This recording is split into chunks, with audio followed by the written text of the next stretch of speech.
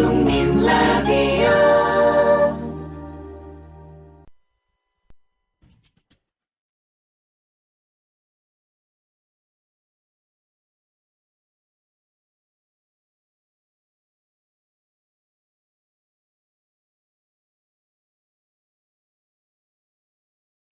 노혜경의 그 엽새.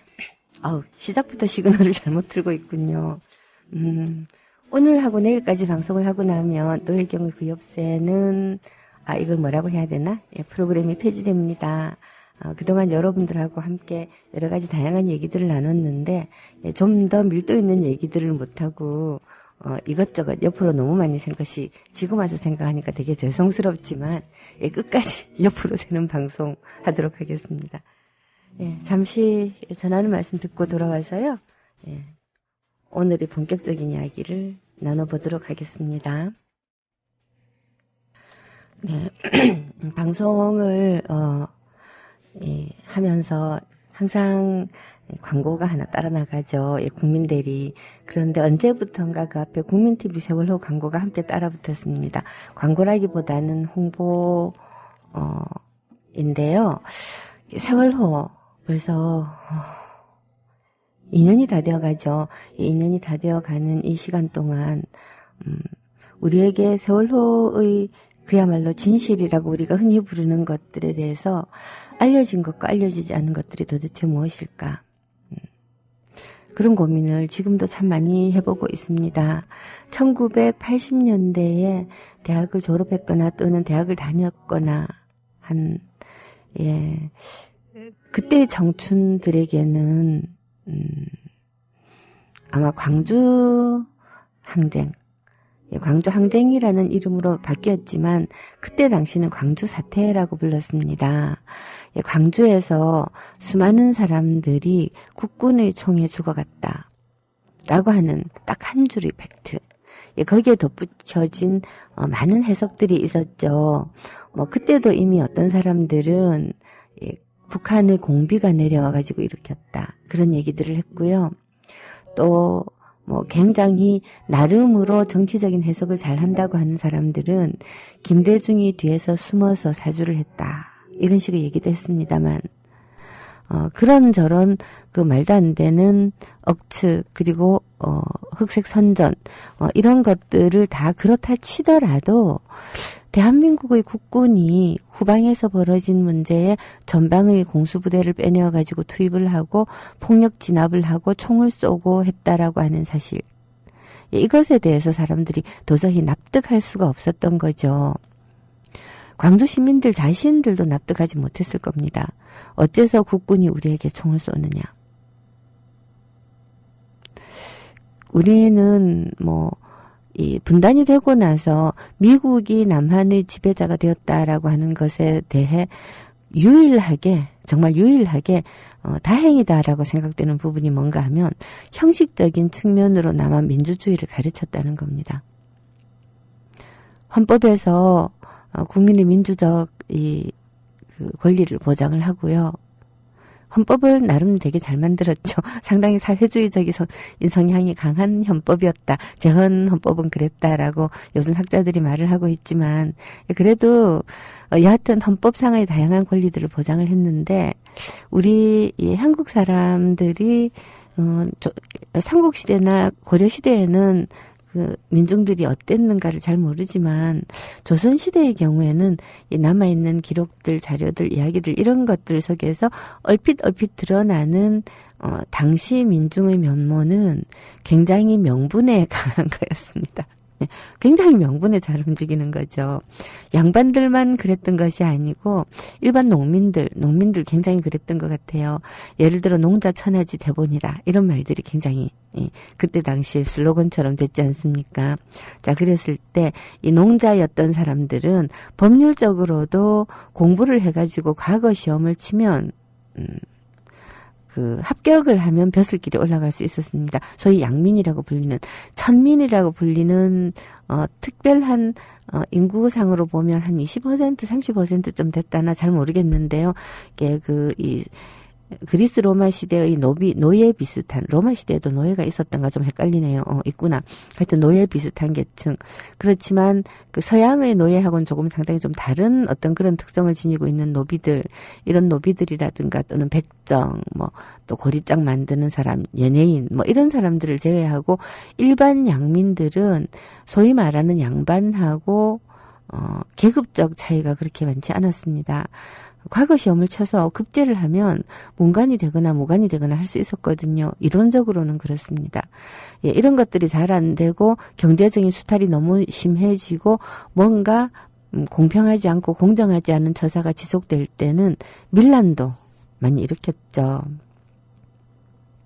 즉 어떤 명분이 나에게 주어지고 내가 어떤 정체성을 가지고 있는 자인가라고 하는 규정이 주어졌을 때 그것을 지키려고 하는 성향이 제가 보기에는 우리 한국 사람들 좀 대체로 강해요. 즉 대한민국은 민주공화국이다. 이런 말에 강한 거죠.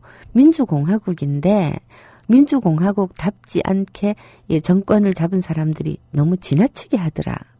라고 할 땐 들고 일어났잖아요. 6.25 전쟁을 겪은 지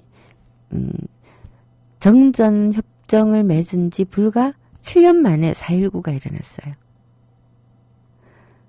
그리고 4.19에서부터 10월 유신까지 한 12년 정도 걸렸고 12년 유신에서부터 유신이 무너지기까지는 불과 7년 걸렸습니다. 민주공화국을 누려본 것은 3공화국 시절, 어쨌거나 유신 이전까지 한 10몇 년, 그것이 무너지는 데는 불과 7년. 그렇게 하고 나서 전두환의 그 반동 쿠데타, 그 쿠데타의 정점이 바로 광주 사태였죠. 광주에서의 총질. 그게 무너진 것도 불과 7년입니다. 87년 6월 항쟁. 기나긴 항쟁의 역사가 있었고 그 뒤로 우리가 이론상으로는 민주공화국을 건설해가지고 10년마다 정권 교체를 했어요. 10년마다 정권 교체를 했습니다. 다음번 그 선거도 주기적으로 볼 때는 교체가 됩니다. 다만 이 교체가 되지 않게 하려고 이명박과 박근혜가 정말 발악을 하고 있는데요. 예, 그러한 발악에 맞서서 수많은 대한 언론들이 나와가지고 진실을 알리려는 노력들을 하고 있는 거고, 우리 미디어 오늘도 그렇죠. 예, 미디어 오늘도 그렇습니다.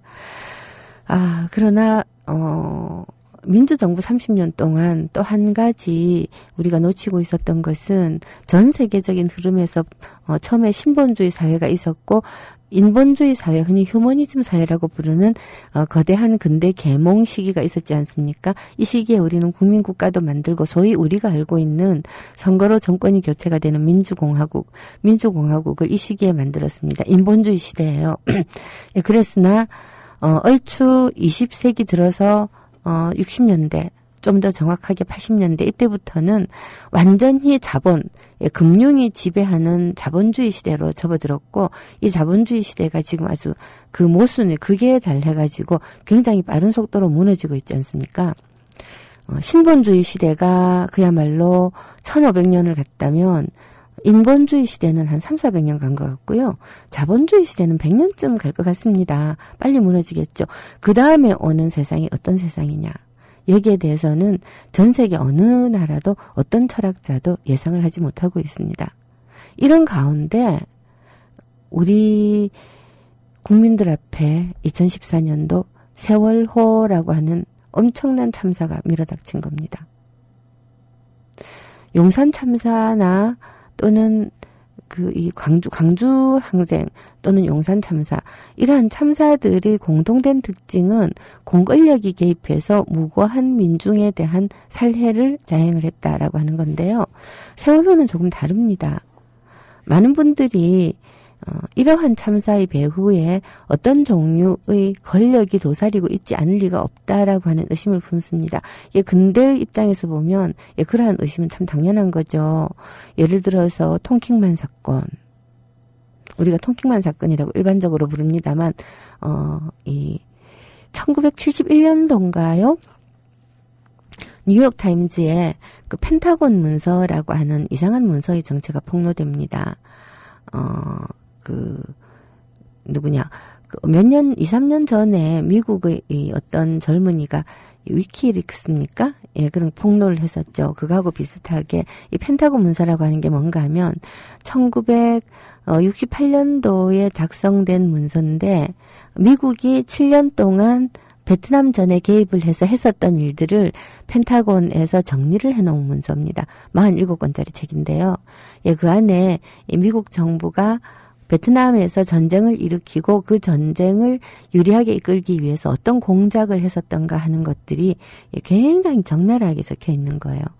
이 펜타곤 문서를 만든 사람들은 도대체 어떤 마음으로 만들었는지는 알 수 없습니다만은 이 문서가 드러남으로 해서 그야말로 미국은 이 벌집 쑤셔놓은 나라가 되고 말았죠. 자, 이런 사건들 우리는 알고 있습니다.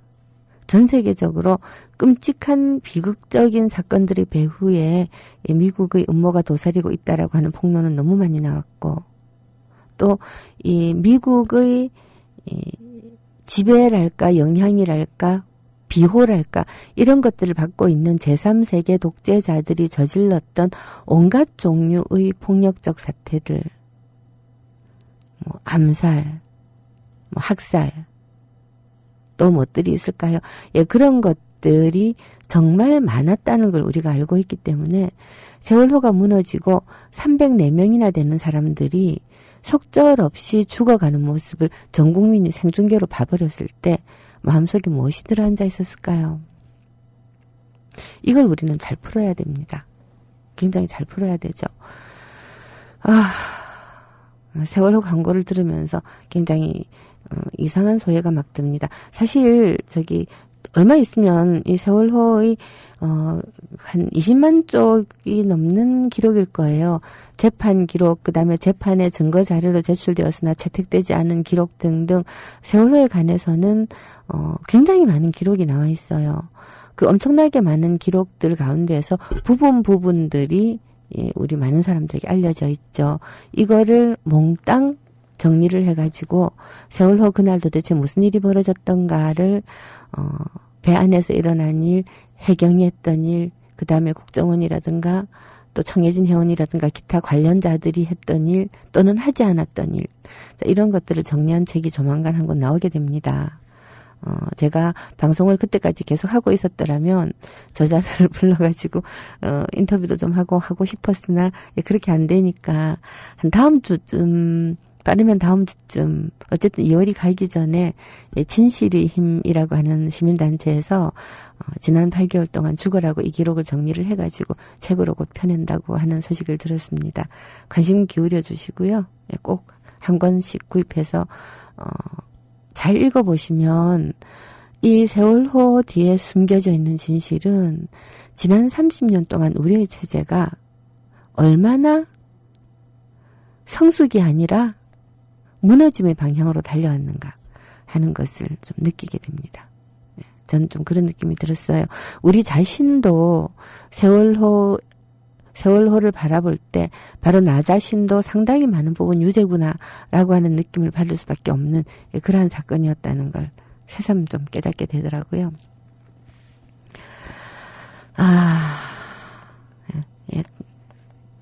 참으로 아니 오늘 왜 신청곡이 왜 이렇게 많이 나옵니까?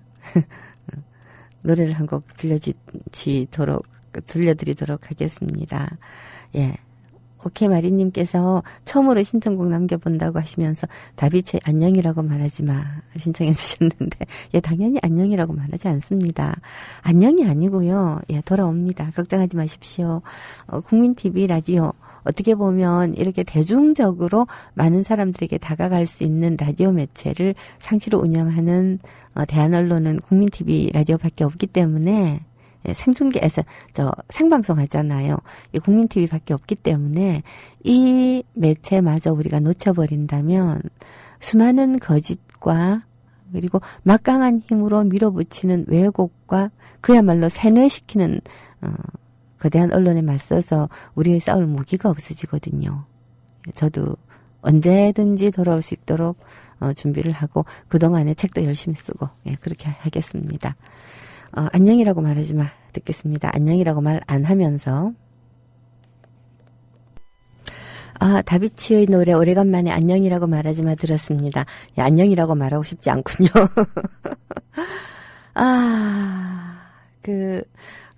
이 세월호 이야기를 하려다가 이런저런 수많은 얘기를 했는데, 이 위키리크스 폭로한 사람이 어산지인가요? 저도 좀 헷갈립니다. 아닌 것 같기도 하고, 하여튼 참 좀 헷갈리는데, 여튼, 현재 우리가 처해 있는 상황이, 민중의 상당히 많은 부분, 민중이라고 부를 수 없는 국민의 어떤 일부,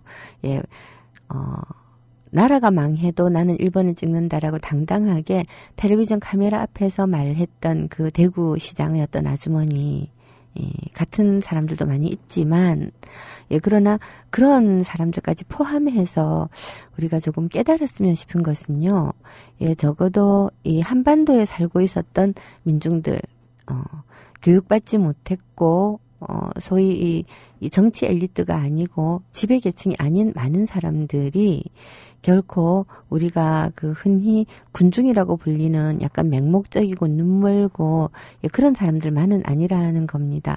어버이 연합을 길에서 여러분들 가끔 보시잖아요. 보시면 아시겠지만 완고하고 그리고 정말 잘난 척하고 자기 생각이 정말 옳다라고 강력하게 주장하는 그런 특성을 가지고 있지, 눈치 보고 기운 없고 실실 끌려다니고 어리석고 그런 특성을 가지고 있지 않습니다. 진보 성향의 국민이든 보수 성향의 국민이든 극우든 극좌든 막론하고 뭐라고 할까요? 우리나라 사람들은 전체적으로 똑똑합니다. 똑똑하기 때문에 진실이 무엇인가를 깨닫는 그 순간 언제라도 이 에너지가 폭발할 수 있는 가능성을 저는 지니고 있다고 생각합니다. 바로 그런 것들이 두려워서 이 정권, 독재 정권, 우리나라에서 독재 권력을 잡은 사람들은 될 수 있는 대로 국민을 바보로 만들어야 되겠다라고 하는 생각, 그런 깨달음을 가진 것 같습니다. 박정희는 나라를 발전시켜야 되기 때문에 국민들의 교육열을 고취해가지고 산업여군으로 만들어야 되겠다는 생각을 했는데요.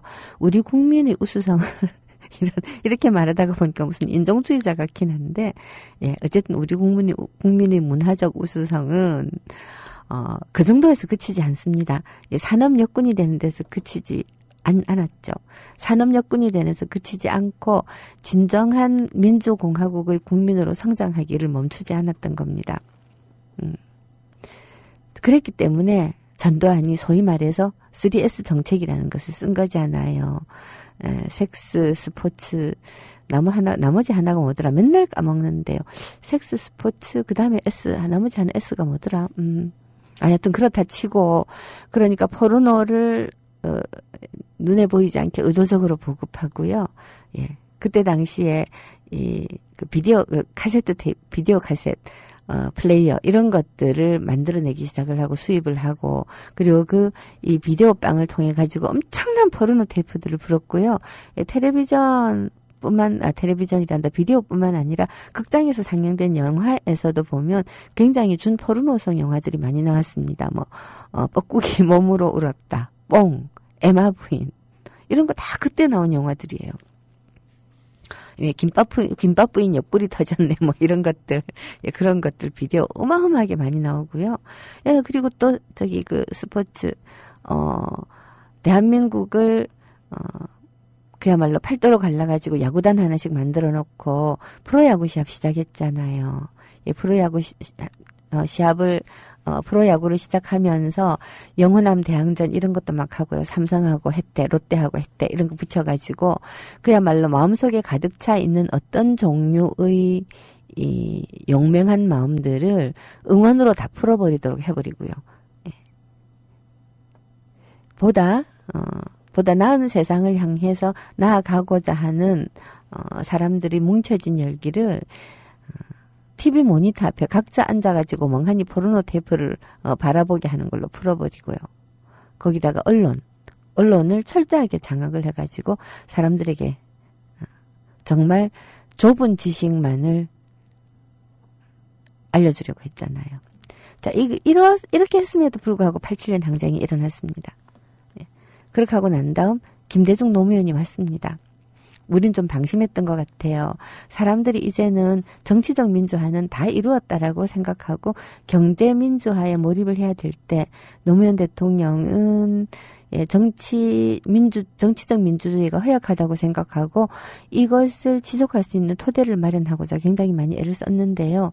실제로 경제 민주화 쪽에서도 굉장히 많이 애를 썼으나 선전이 잘 안 된 거죠. 언론 장악이 잘 안 된 거죠. 언론을 장악하겠다는 생각 자체가 없었고요. 그러다가 보니까 이명박이 들어왔습니다. 최시중 같은 싫지만 굉장히 탁월한 모사꾼들이 옆에 있었습니다.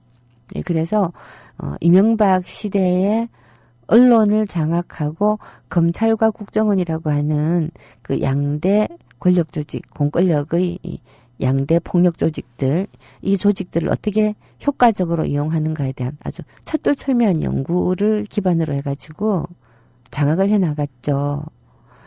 어제입니까 오늘입니까 제가 날짜를 까먹었는데 원세훈 씨가 고등법원에서도 유죄 판결을 받았거든요. 고등법원에서도 대선 개입했다, 법률 위반했다 해서 유죄 판결 3년 선고가 받았습니다. 이 원세훈이 국정원에 대해서 아는 게 뭐가 있습니까? 국내 정치 공작에 대해서는 아는 것이 있었을 겁니다. 검찰뿐만 아니라 국정원을 이런 방식으로 장악을 한 그 결과가 우리가 지금 직면하고 있는 온갖 종류의 음모론, 그리고 가장 중요한 것, 북한이 로켓을 쏘아 올렸는데 개성공단 폐쇄시키겠다로 대응하는 이 끔찍할 정도의 북한 무지, 이런 것들입니다. 국정원이 실제 해야 되는 일이 뭐가 있겠어요?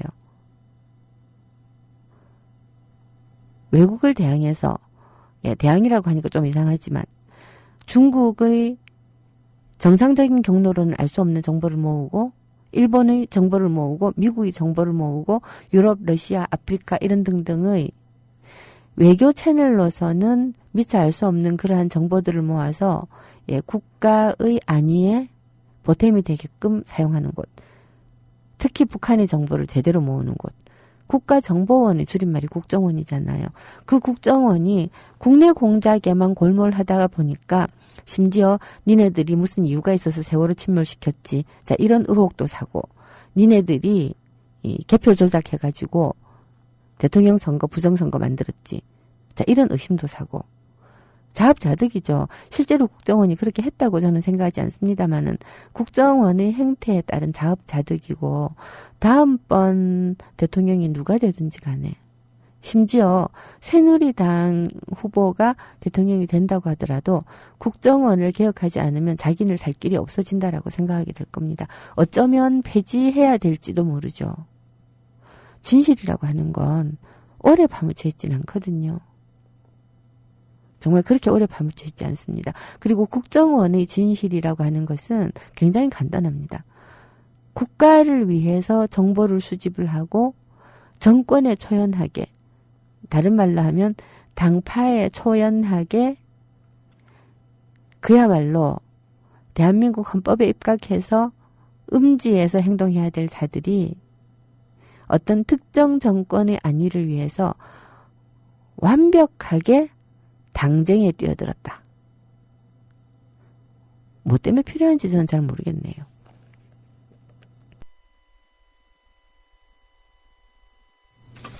네, 부활 노래 오늘따라 심금을 울리는군요. 예, 친구야 너는 아니. 예, 꽃이 피고 꽃이 질 때 사실은 참 아픈 거래. 뭐 사실 방송은 내일이 마지막인데 오늘 꼭 이렇게 마지막 방송하는 그런 분위기가 막 나와서 기분이 쫓게 이상한데요. 예, 쫓게 이상합니다. 예, 근데 제가 이 방송을 그만두게 되는 거는 누가 쫓아내는 것도 아니고요. 두 가지 이유 아닙니까? 하나는 저의 개인적인 사정, 또 하나는 그럼에도 불구하고 방송을 계속하지 못할 정도는 아니라고 하더라도 우리 국민TV 라디오의 재정 상황이 많이 어렵습니다. 여러분들도 아시다시피 국민TV 라디오 재정 상황은 언제나 좀 튼튼하지 못했습니다. 예, 그러나 매우 야심차게 시작을 하면서 조합원들의 수가 지금보다 한 3배 내지 4배 정도로 빠른 속도로 불어날 것을 기대했죠. 청취료도 많이 들어오고. 예, 근데 그렇게 되지 않았잖아요. 예, 그렇게 되지 않았습니다. 예, 바로 그러한, 예, 그렇게 될 수 없을 것이다라고 하는 예측을 저 같은 사람들은 조금 비관적으로 했습니다만은, 예, 처음 시작하는 사람들은 다 희망을 가지고 시작을 하고, 그 희망이 마음대로 실현되지 않았을 때, 보여주면 안 되는 상당히 나쁜 형태의 분란을 우리가 좀 경험을 했죠. 실제로 국민TV 라디오가 지금 이런 정도로 가게 된 거는 특별히 누군가가 나쁜 짓을 해서는 아닙니다. 예, 사소하게 작게 잘못한 일들은 많이 있겠죠. 어떤 조직에서든지 간에 완벽하게 일을 잘하는 사람들만, 그런 사람들만으로 이루어져 있지는 않습니다. 조직에 10명의 사람이 있으면 그중에 2명은 농땡이고 1명 정도는 정말 때려 죽였으면 싶을 정도로 싫고, 적당히 시간 때우는 사람 한 3명, 4명 있고, 열심히 하는 사람은 2명에 탁월한 사람 1명, 이런 식으로 해서 구성이 된답니다. 조직이 100명으로 늘어나면 영 있으나마나 한 20명이 있고, 정말 쫓아냈으면 싶은 한 10명이 있고, 또 그런 식으로 된다는 거죠. 그러니까 정말 형편없는 사람들 내보내면 회사가 잘 돌아갈 것 같지만, 언제나 하나의 조직 안에는 어떤 식으로 일을 하던 사람들의 뛰어난 사람과 나태한 사람의 비율은 비슷비슷하다는 겁니다. 그러니까 국민TV를 유지 운영하고 경영했던 사람들이 결정적으로 정책적 판단을 그르치기는 했습니다. 그리고 그것은 책임을 져야 합니다만은, 일반적으로 우리가 생각하는 사소한 잘못들, 이런 것들 때문에 국민TV가 어려운 건 아니에요. 그냥 방향 설정을 너무 크게 했죠. 예, 저는 그렇게 생각합니다. 우리의 역량에 비해서 너무 꿈을 크게 가지고 그 꿈이 한 4, 5년 잡고 추진하면 이루어질 수 있었을지도 모를 것을 한 1년 만에 하려고 하면 사실은 가지고 있는 자원을 탕진하고 사람들이 지치게 되죠. 지치게 된 다음에 어떻게 될 것인가? 충분한 자본을 가지고 있지 못한 조직이 꿈을 크게 가지고 뛰어들었다가 실패할 때는 보다 큰 구조적인 문제, 그리고 우리가 첫 발을 내디딜 때 실수했다라고 생각하기보다는 우리 안에 누군가가 잘못했다, 네가 잘못해서 그런 거야, 내가 잘못해서 그런 거야, 이렇게 말하기가 참 쉬워지더라고요. 결국 우리가 겪은 것도 그런 것들이 아닐까 싶습니다. 현재 어려워서 그런 거예요. 어려워서 그런 건데, 이게 자칫하면 악순환이 될 수 있어서 저도 조금 걱정스럽습니다. 많은 프로그램이 폐지되고 다채롭고 밀도 있게 진행되던 프로들이 느슨해지고, 이렇게 되다가 보면 재미없어지고, 의무감만으로 계속해서 방송 청취하거나 또는 계속해서 이 팟빵에서 순위 올려주고 또 광고 들어주고 하기 쉽지 않잖아요. 열심히 청취해주고 순위가 올라가고 한다는 거는 광고주들에게 희소식인데, 그게 의무감 또는 당위만으로는 쉽지가 않잖아요.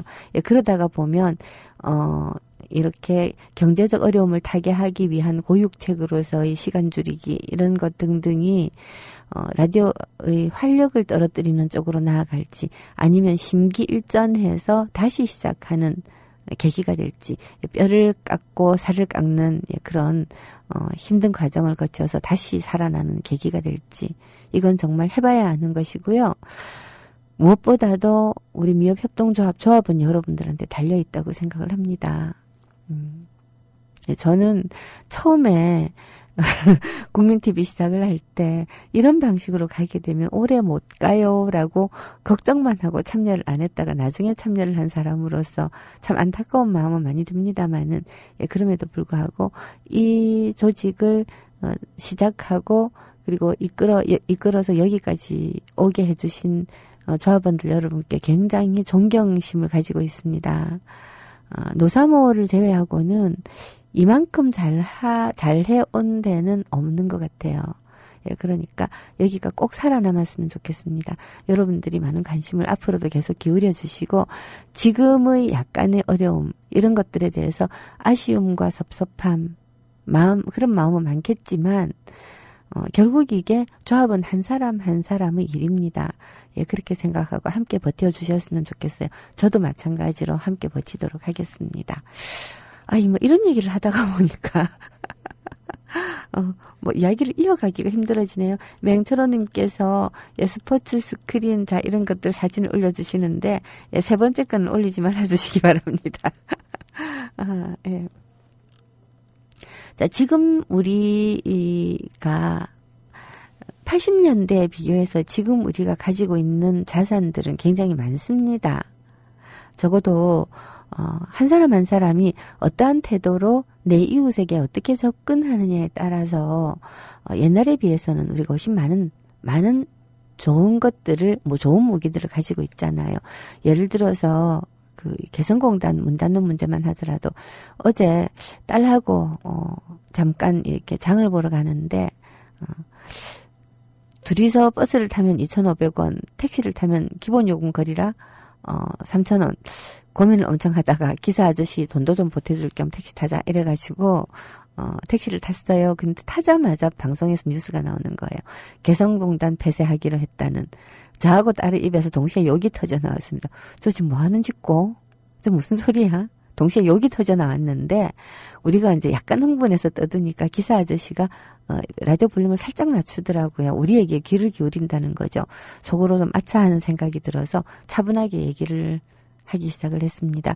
개성공단에서 북한보다 우리가 얻어가는 이익이 훨씬 많다는 거 엄마 알아? 딸이 그렇게 얘기를 해요. 나도 들은 적 있다 그 얘기.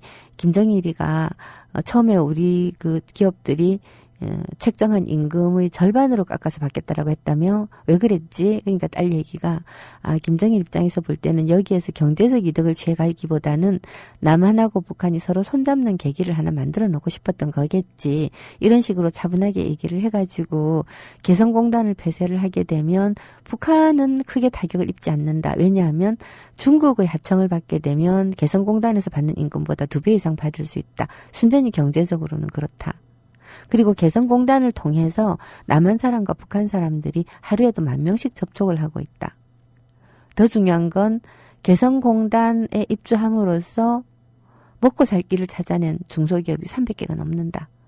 300개보다 훨씬 더 될 거예요. 자, 이렇게 많은 사람들이 갑자기 망하게 된다. 이게 정말 제정신으로 하는 일인지 모르겠다로 이제 마무리를 하고 마지막으로 한마디 끊었습니다. 딸이 그렇게 얘기를 해요. 엄마, 이번 정부에는 북한에 대해서 아는 사람이 없는 거 아니야? 저도 그렇게 대답을 했죠. 내가 보기에도 그래. 북한 전문가들이 없는 것 같아. 이명박이가 처음 취임하자마자 통일부를 없애겠다고 했잖아. 그 사람은 통일이라든가 혹은 북한이라든가 이런 것에 대해서 뭐가 중요한지 관심이 없는 것 같아. 그러자 딸이 점을 찍습니다. 일본에서 태어났다더니 진짜 그런가?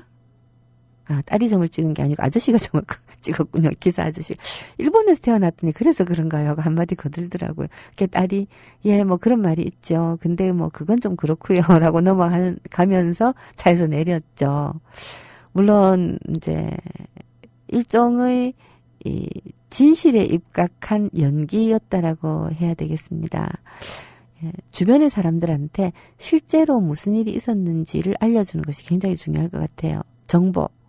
개성공단은 사실은 우리가 훨씬 많은 이익을 보는 것이고 개성공단은 순전히 경제적인 문제이지 결코 정치하고 관련된 그런 곳이 아니고 더 중요하게는 2013년도에 개성공단이 문을 열면서 협약을 맺었다.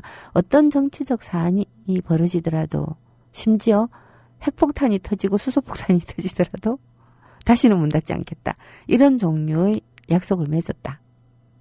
이러한 정보들을 모르는 사람들한테 알려주고 니는 그것도 모르지. 또는 너는 이런 식으로 일하는 행동하는 박근혜를 여전히 지지할 거냐. 이런 식의 접근이 아니라 정말 걱정된다. 왜 이러지?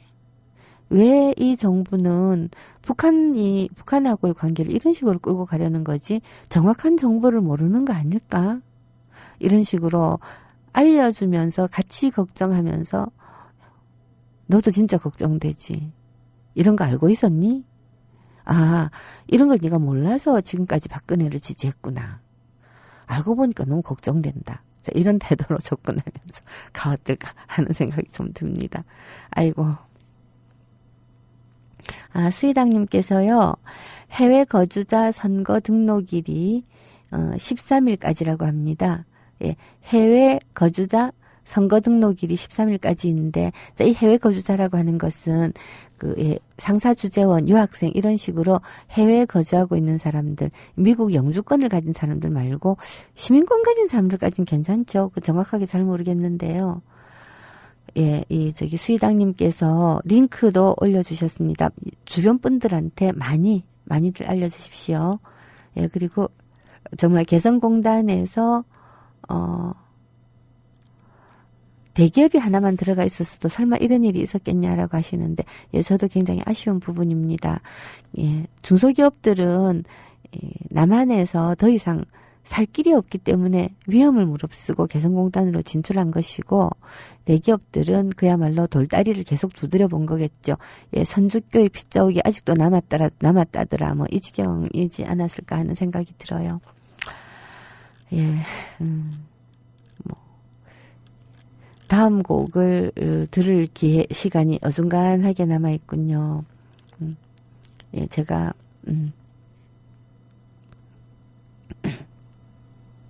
맹철호님께서 협동조합 택시를 타야 하고 경제 또한 만드는 것입니다. 수익금은 공동분배입니다. 산업금이 없는 택시라고 하면서 아이쿱 택시, 쿱택시 맞죠? 쿱택시. 이 쿱택시를 소개를 해주셨는데요. 이건 포항이네요. 서울에도 쿱택시가 있죠? 저는 있는 걸로 알고 있습니다.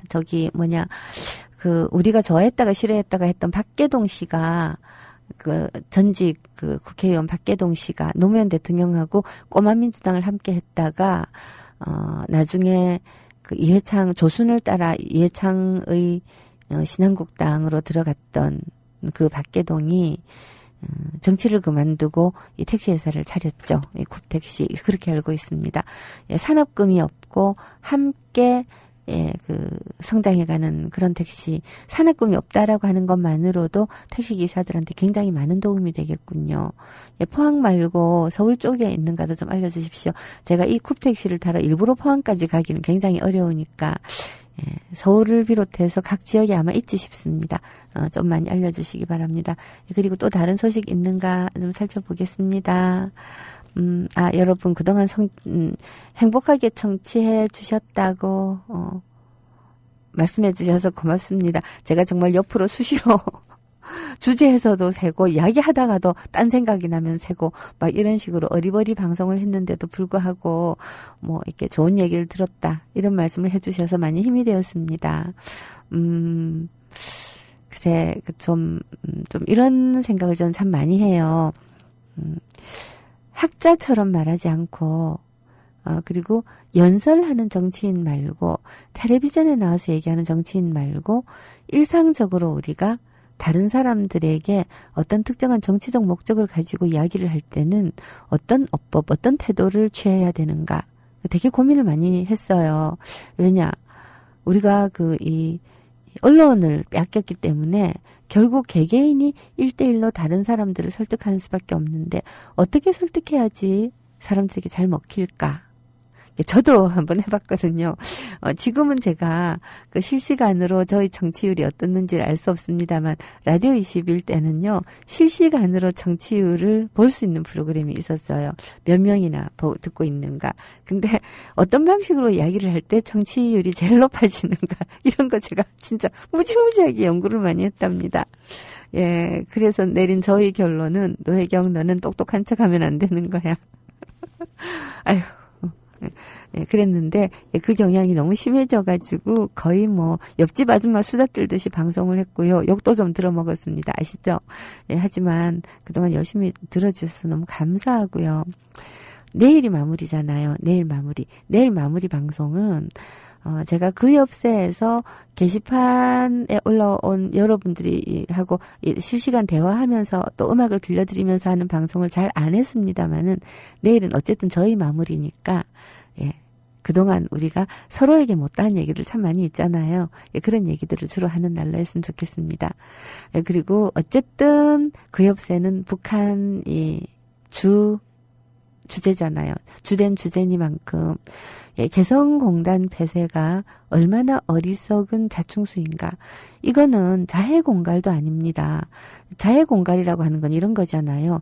깡패들이 서로 막 싸울 때 또는 착한 주인 있는 식당 같은 데 들어가서 깡패가 행패를 부리고 싶을 때 맥주병 다 깨갖고서 자기한테 꺾겠다라고 막 하면서 자기 몸을 피를 질질 흘리면서 막 겁을 주면 사람들이 겁을 먹고 니 하고 싶은 대로 해줄게. 이게 자해공갈이잖아요. 아니면 그냥 지가 무단히 너무 자가용 같은 앞에 가서 턱 이렇게 부딪혀가지고서는 쓰러지고 난 다음에 보험금 내놔라 하는 이게 자해공갈이잖아요. 개성공단 폐쇄는 북한에 대한 어떤 협박도 되지 못합니다. 아까도 말씀드렸듯이 개성공단을 폐쇄해서 더 손해를 보는 것은 북한이 아니고 남한이고, 자 그렇다면 이게 자해공갈이 되려면 남한이 극심한 손해를 무릅쓰고라도 개성공단을 철수했을 때 북한에 엄청난 타격이 있다면 그러면 해볼만 하겠죠.만은 김정은 시기의 북한은 김정일 시기의 북한하고 또 다릅니다.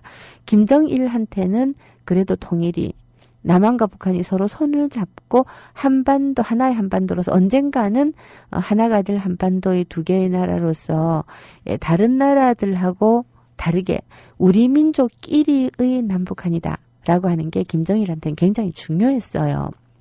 김정은한테는 그게 김일성이나 김정일만큼 절박하지는 않은 것 같습니다.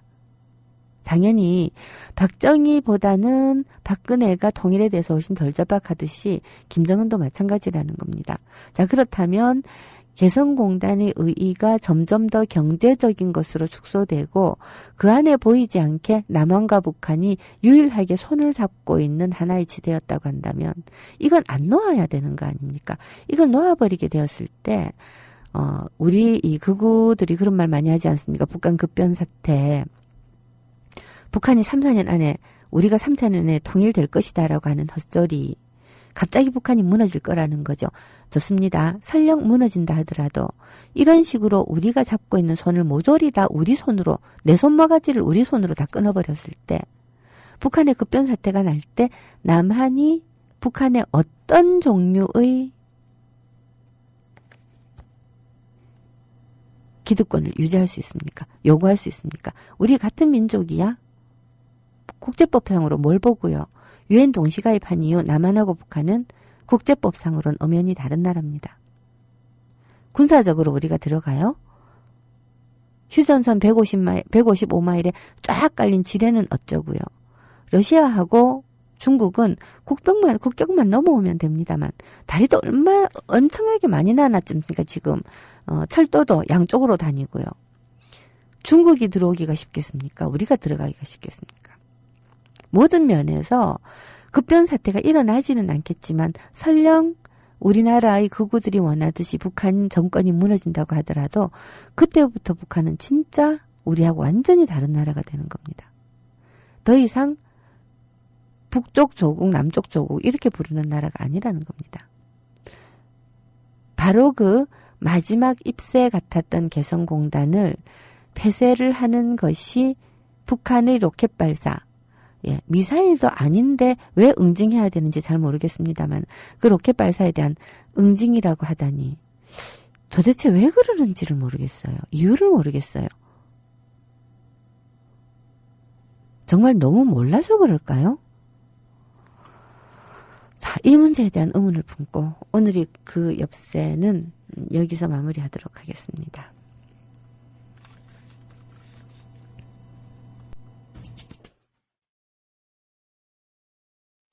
노혜경의 그 엽세, 내일 마지막 시간 찾아뵐 건데요. 내일은 여러분들이 게시판 참여 많이 해주시면 감사하겠습니다. 내일 뵐게요.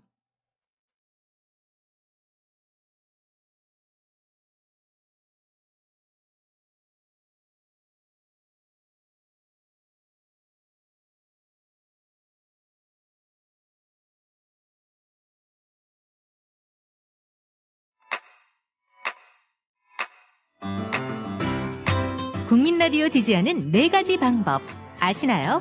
다운로드하기, 별점 주기, 댓글 달기, 구독하기. 국민 라디오를 보다 많은 이들에게 전할 수 있는 가장 손쉬운 방법. 다운로드하기, 별점 주기, 댓글 달기, 구독하기. 잊지 마세요. 다운로드하기, 별점 주기, 댓글 달기, 구독하기.